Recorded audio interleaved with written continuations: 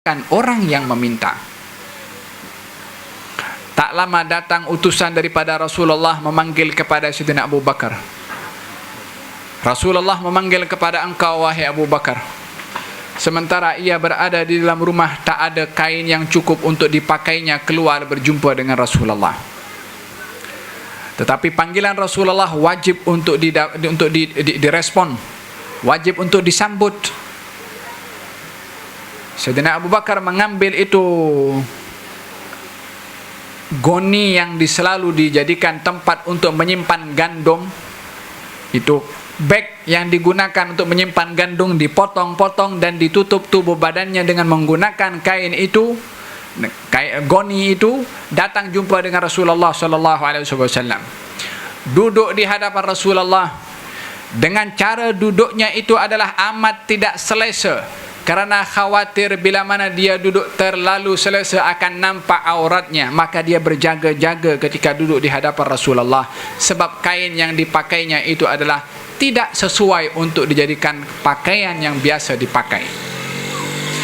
Tak lama datang seseorang menghampiri Rasulullah, mempunyai pakaian sebiji macam dipakai Sayyidina Abu Bakar. Datang jumpa dengan Rasulullah, berbisik-bisik kepada Rasulullah, lepas tu dia pergi. Kata baginda Rasulullah, ya Abu Bakar, tahukah kamu siapa orang yang datang tadi? Abu Bakar mengatakan, Allahu wa rasuluhu a'lam, Allah dan Rasulnya yang tahu. Gal itu Jibril datang kepada aku, memberitahukan kepada aku kalau Allah kirim salam kepada engkau. Tak semua orang boleh nak mendapat salam langsung dari Allah subhanahu wa ta'ala, kecuali orang-orang yang hatinya hidup dengan Islam, kecuali orang-orang yang tahu pengorbanannya itu adalah ringan berbandingkan apa yang Allah sediakan daripada hasil pengorbanannya. Allah kirim salam kepada engkau dan dia bertanya kepada engkau, adakah engkau ridha Tuhan Allah sebagai Tuhan kepada kamu? Kata Sayyidina Abu Bakar sambil menitiskan air mata, mengatakan, aku ridha dia sebagai Tuhan, aku ridha dia sebagai Tuhan, dan aku ridha engkau sebagai Rasul. Islam menyala di dalam hatinya, hidup di dalam hatinya.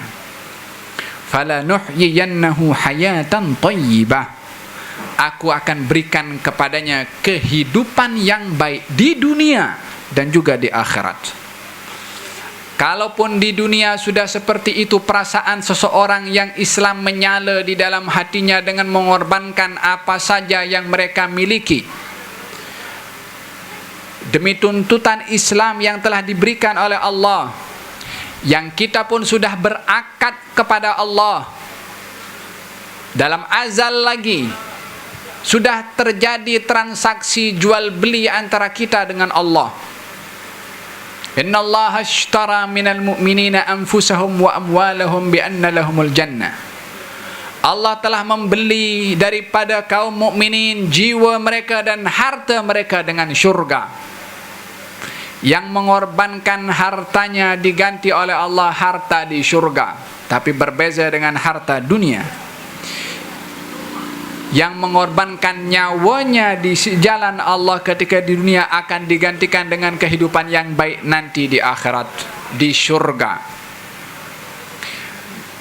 Mereka orang-orang yang mendapat hidayah Islam dan iman di zaman baginda Rasulullah, bukan hanya harta yang mereka korbankan seperti Sayyidina Abu Bakar dan seperti Mus'ab ibn Umair, walaupun itu adalah satu pengorbanan yang besar.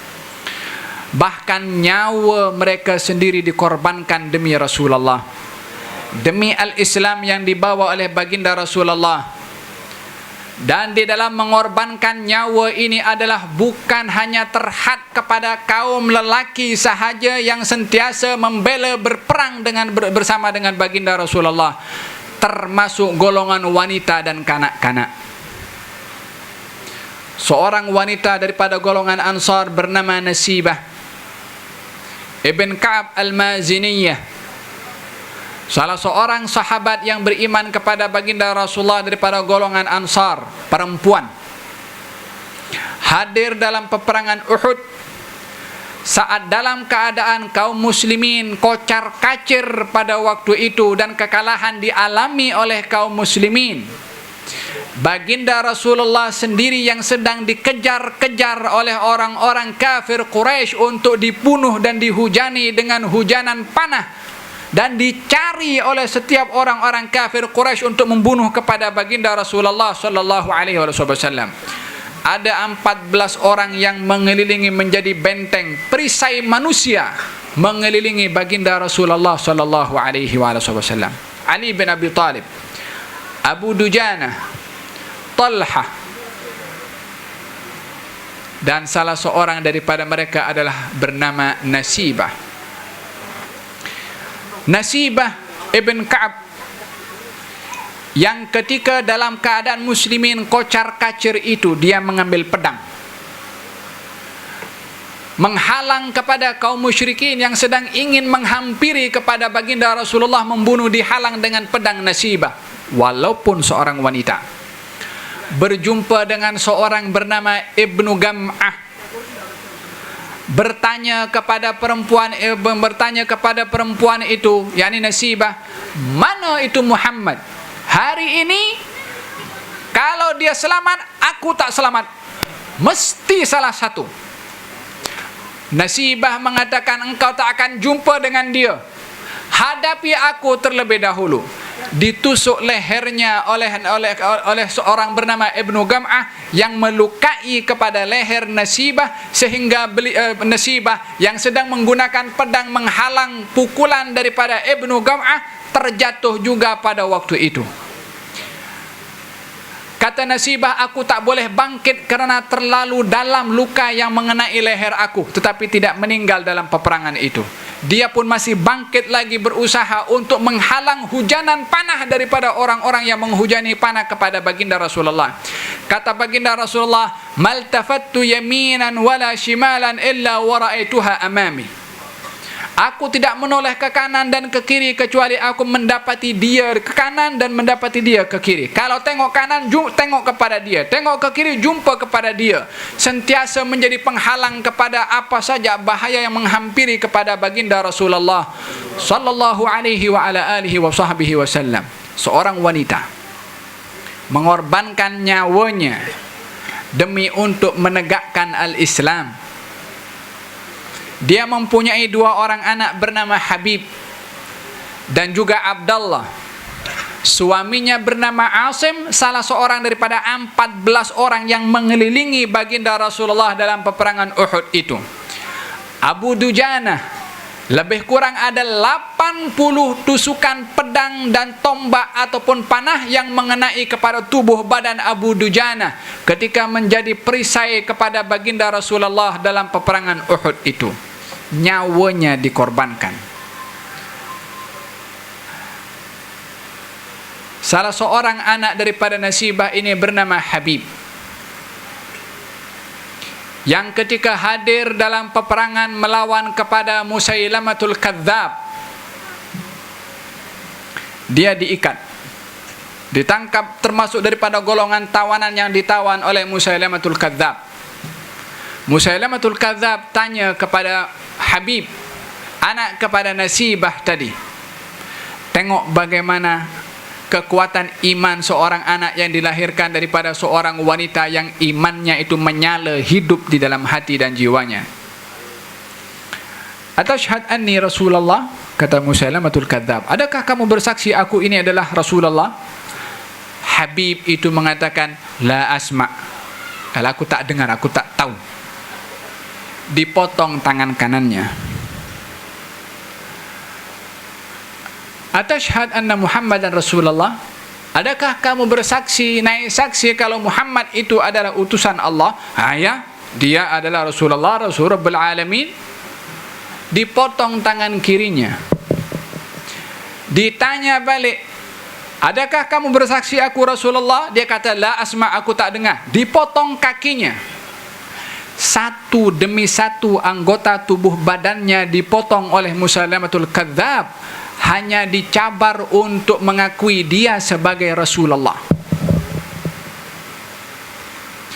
keadaan seumpama ini di dalam Islam, bila mana dalam keadaan darurah, kita boleh untuk taqiyah, yakni menunjukkan lain dengan apa yang kita simpan. Seperti berlaku kepada Ammar ibnu Yasir.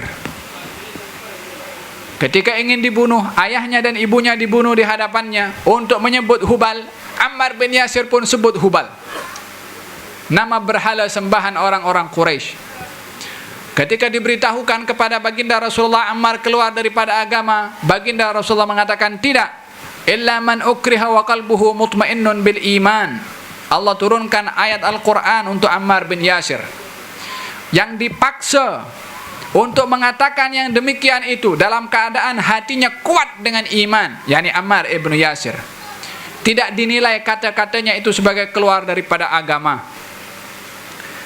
Tapi bagi kedudukan seorang yang Islam dan imannya itu adalah terlalu kuat, seperti anak kepada Nasibah, dipotong tangan kanannya, kirinya, kaki kanan dan kaki kiri, anggota tubuh badannya satu demi satu dipotong oleh Musailamatul Kadzab, tidak mengakui akan kerasulan Musailamatul Kadzab dan tetap mengakui akan kerasulan Nabi Muhammad SAW. Jiwa yang macam mana yang hidup di dalam hati seorang bernama Habib ketika menyatu di dalam hati dan sanubarinya nilai-nilai iman dan Islam. Ibunya yang bernama Nasibah mengatakan, berdoa kepada Allah, ya Allah, panjangkan umur aku untuk aku hidup sampai aku ikut bersama dengan kaum muslimin berperang memerangi kepada Musailamatul Kadzab. Minta panjang umur untuk berjihad. Perempuan, wanita, Allah kabulkan doanya, ikut dalam peperangan bersama kaum muslimin, memerangi kepada Musailamatul Kadzab. Ia berusaha menghampiri kepada Musailamatul Kadzab, akan tetapi ia adalah terkena tangannya itu kepada pedang Musailamatul Kadzab, sehingga tangannya pun terputus daripada tempatnya.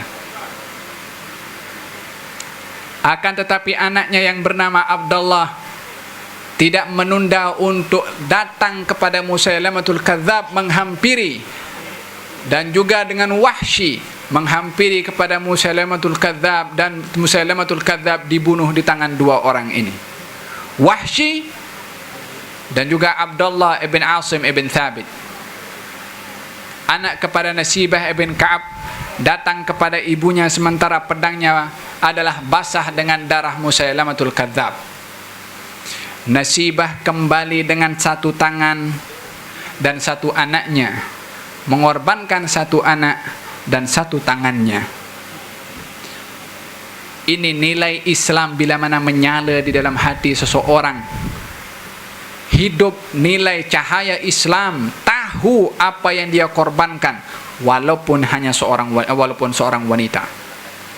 Lebih mengherankan lagi bila mana ini muncul kepada kanak-kanak.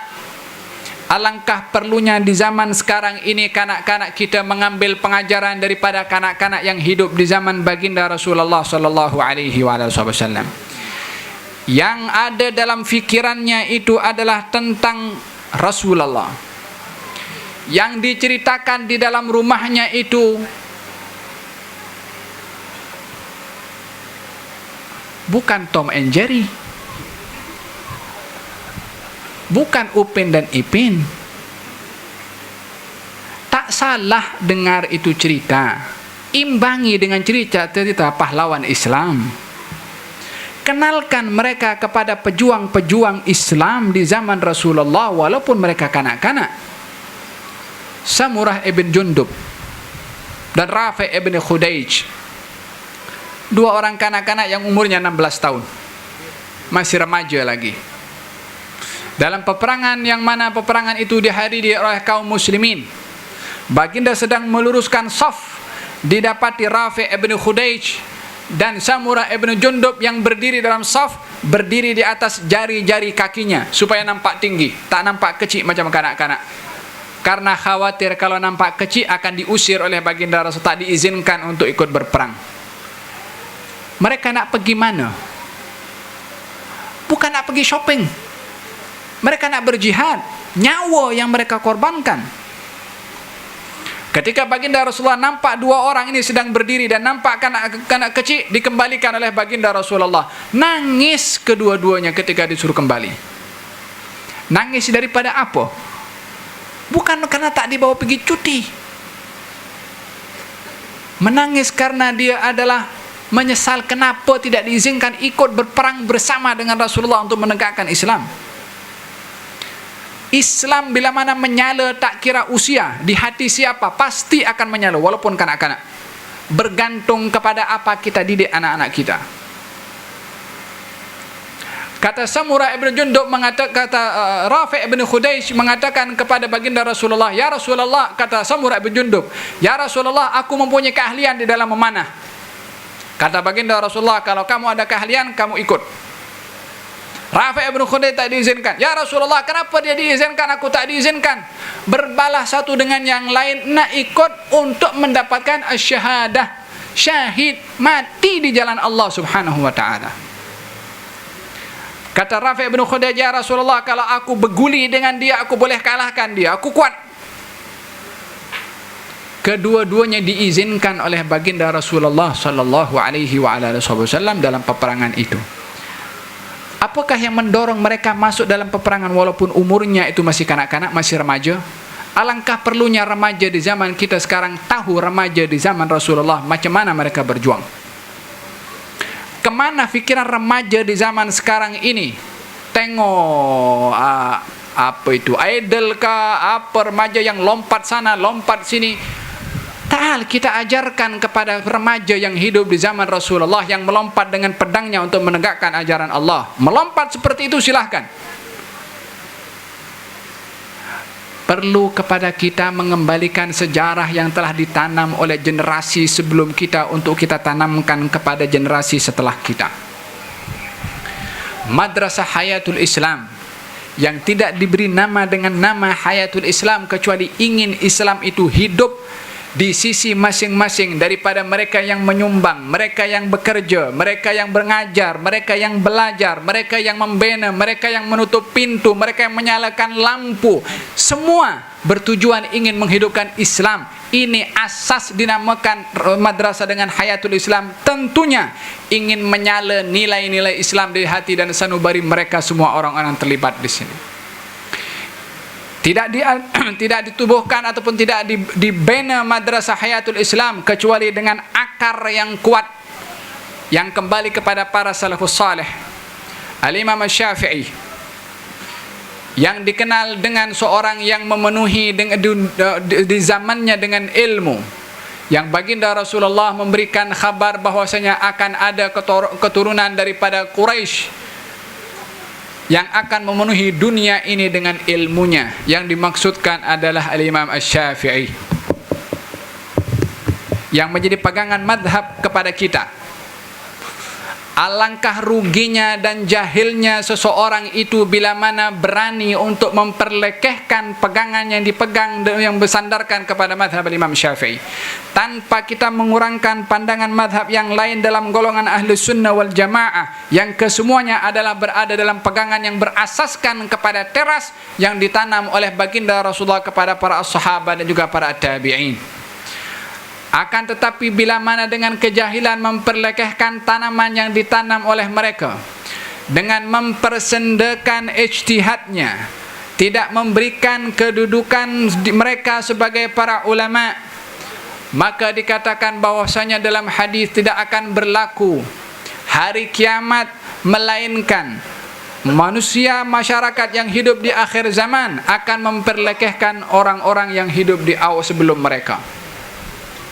Al-Imam Syafi'i rahmatullah alaih sebagai mujaddid pada abad yang kedua atau yang ketiga memperbaharui ilmu yang dia mencetuskan ilmu pertama, yaitu dalam usul fiqh, dalam kitabnya yang dinamakan Ar-Risalah.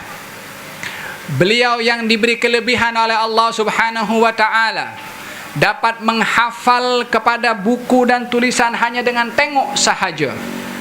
Bila mana tengok kepada bahagian yang kanan, Sebelum tengok yang kiri, maka dia akan hafal yang kanan dahulu sebelum yang kiri, dengan tengok sahaja.